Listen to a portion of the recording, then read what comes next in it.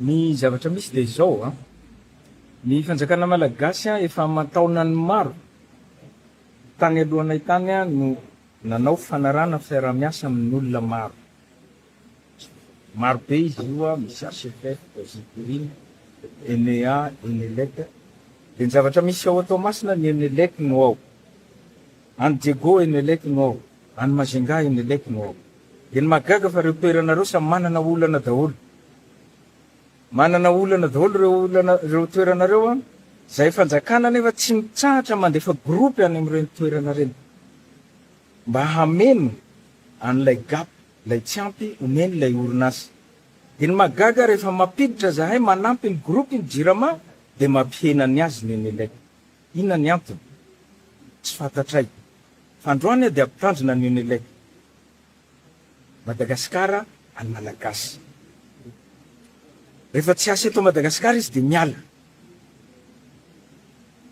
Lazainy fa misy sa manao sabotage. Tsisy olona afaka miditra aneo amin'ny ENELEC fa tsy piasa ny ENELEC eny. Apetraho ny caméra.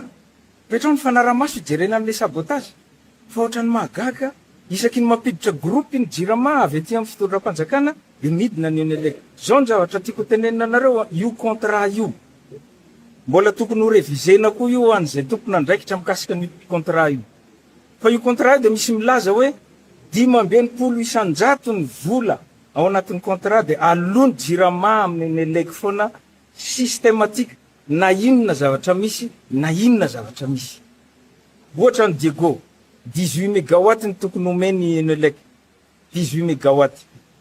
11 mégawatt ny besoin ny vahoaka ny Antsiranana. 18 ny tokony omeny any anatin'ny contrat. Dia raha manome fotsiny izy an'ilay 65% zay tsy maintsy alony fanjakana malagasy amin'ny isam-bola. Isan-taona. Systématika io dia tokony tsisy anana olana Diego. Fa inona ny zavatra misy 3 mégawatt ny vokariny. Fanjakana malagasy tsy maintsy andoha foana an'ilay 65 mégawatt inona zany. Fanambakana.